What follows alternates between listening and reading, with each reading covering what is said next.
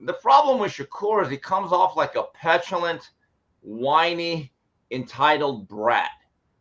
He really does. And it's a turnoff. And look, there have been other fighters that have been considered quote unquote boring.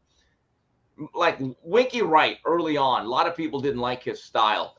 But here's the thing with Winky. Winky fought. He just kept at it. And Winky was a nice guy. He really was. He was a pleasant individual, very friendly. He was a solid guy.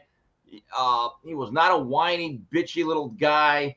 But little Kerr thinks that he's doing himself a favor. But little Kerr's got to remember, we are the audience. You don't get to tell us what we like or what we have to like. So, look, little Kerr is very, very skilled. He's still a very tough out, very, very difficult. And in certain respects, I do feel bad for him because nobody's ever told him the truth. But he is part of this new Gen Z generation, which I think in a lot of ways is very hard, very, very hard to relate to, at least for me. Yeah, it just seems like I said, I'm an actual fan of his. Like let's start there. And you have came on this show for like a while. I think like a year ago, maybe you came on the show and you said that you think he's one of the pound for pound, like you think he's one of the best fighters out. You supported him multiple times. In terms of pure boxing, he is one of the best. And by the way, someone is right. It was Grant gloves. But a lot of guys were winning, and I do believe Floyd actually used winning gloves in training, but you're right. Grant was his preferred mode of doing his work inside the ring. But look, Shakur, I'll just say this. If he has 100 fights against 100 different guys, I might bet against him none, unless it's Tank. Maybe Tank. Yeah. And that's about it. I mean, honestly, like you have to be able to separate what you like to what is good. And he is good. I will never take that away. That's why I respect you, Steve, because like you're one of the guys who can separate like the emotions, so to speak. And you're not even an emotional guy, but the emotions from just what the facts are. And I've seen all the tweets Shakur's been coming at you online, all that stuff like that. I've been passed up. I'm low on the totem pole. It was me, then Ishai Smith, then Marcus Brown, and now he's up with Mason Cam. I don't know. He might be coming after, I don't know, who was ever running for president. Maybe coming after Trump or Biden. I don't know how he leans. Right. But the funny thing is with Shakur, if you actually chart what I have said and written about him, I think most of it's been positive. But all of these new age fighters, they want publicists.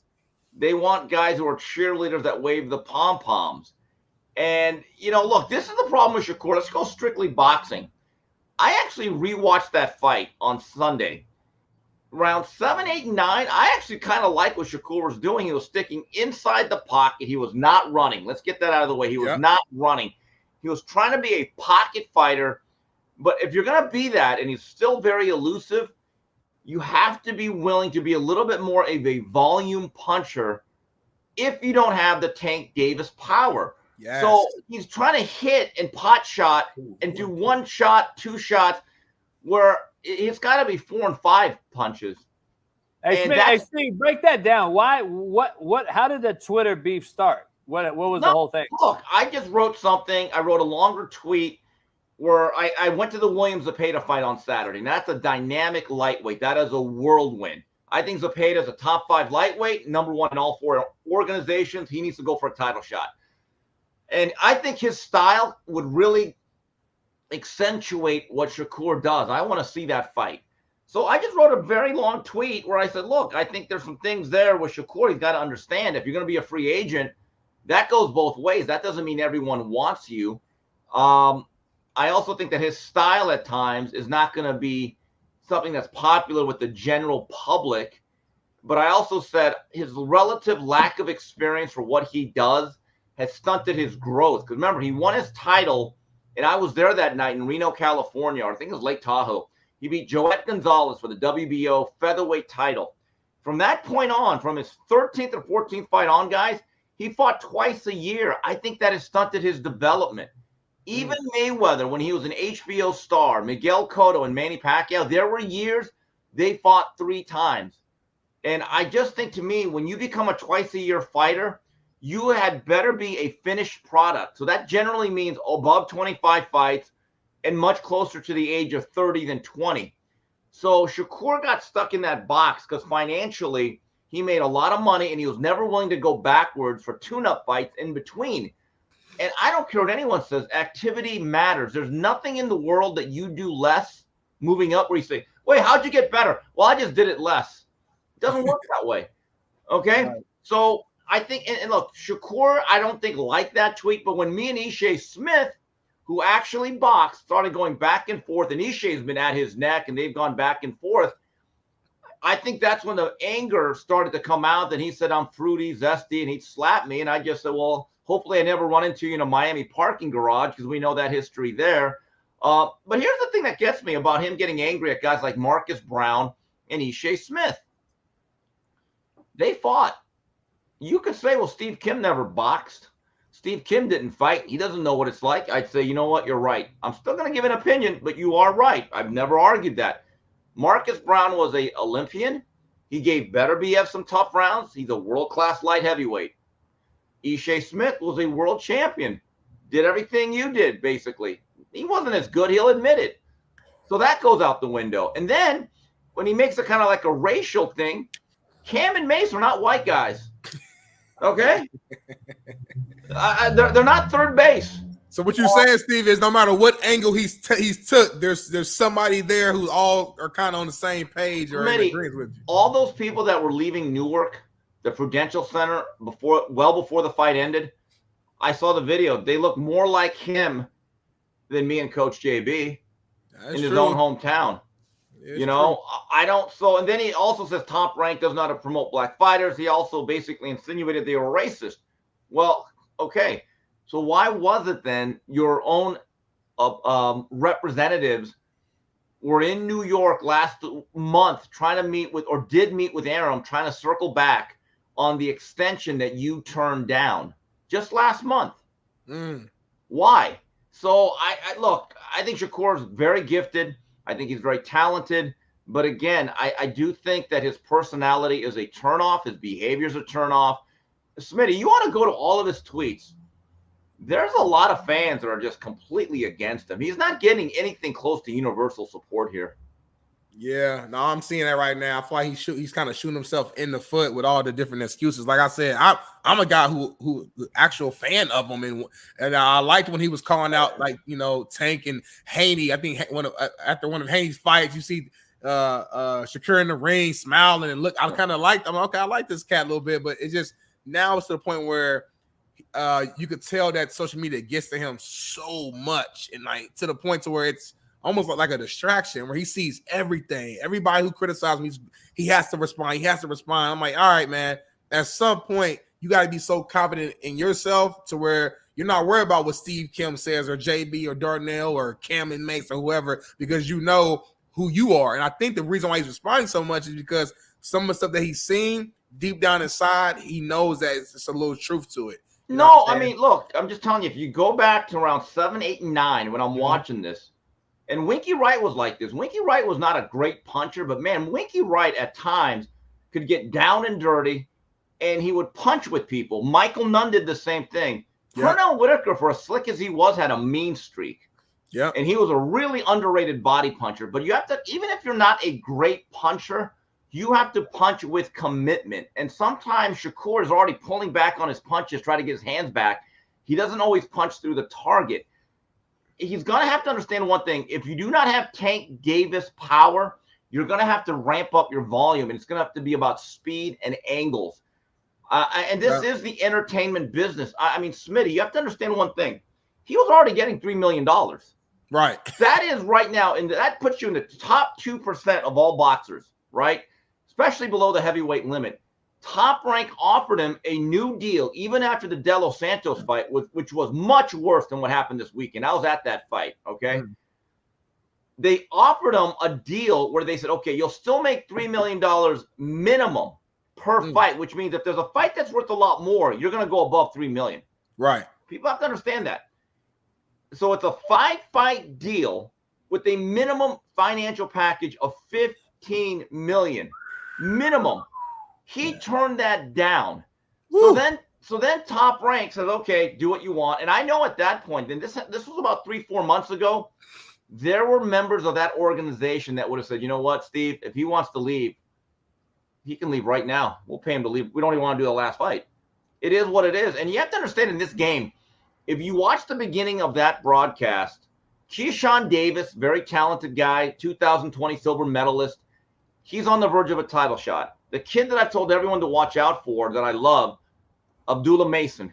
I said to people 2 years ago, this kid is a blue chip 5-star All-American level talent, and he's got the temperament. And I think another thing that upset Shakur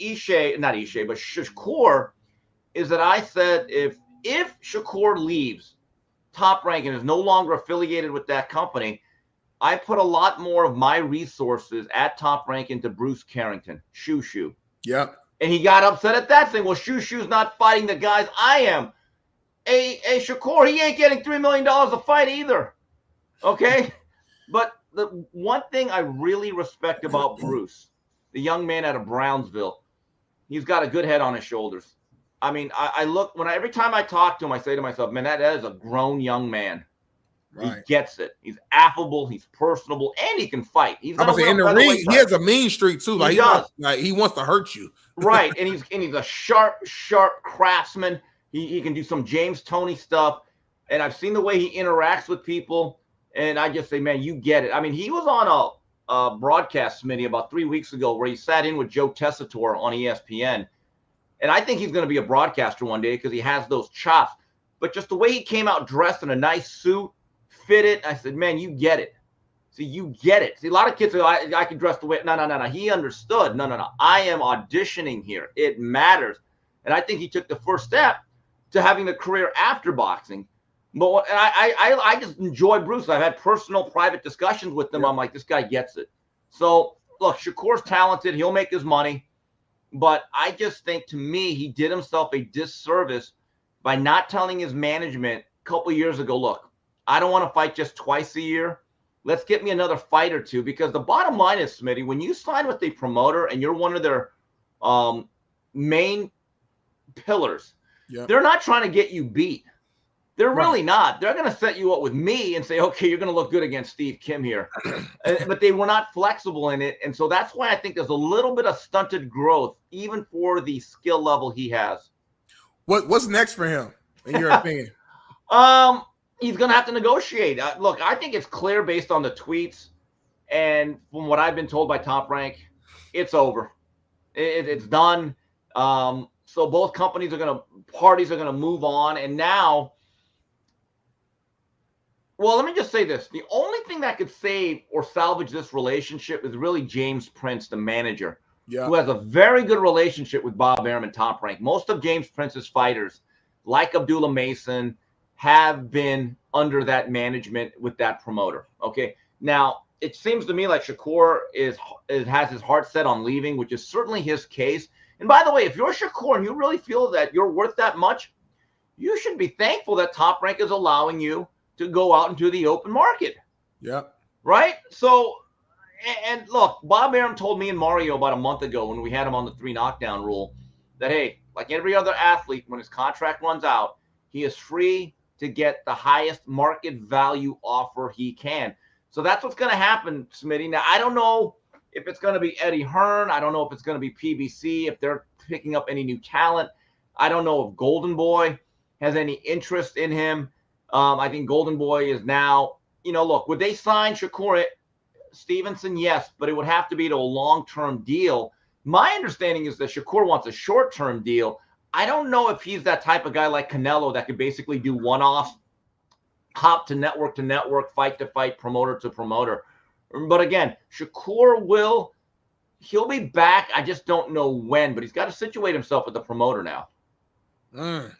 We shall see. I saw he made a comment. I think it was during like one of his interviews or whatever, where he was saying in reference to his next fight, potentially, he was saying, listen, after Tank and Loma fight, because that's what it sounds like that's going to happen next, he's saying Tank has no one else to fight but me. So it sounds like he's still hoping that will be his his next major fight.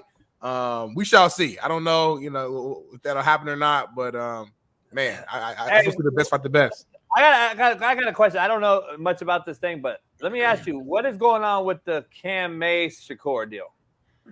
No, okay. So they came out yesterday, and one of them said, "Man, I was bored." They both got a video, Bailey. You got a video, Bailey? I think I got a video. That makes him that he's getting so much heat for it. Shout out to boxing, whatever the dude, boxing ego or whatever. What is it called? Something like that. Shout out to whoever I heard say this.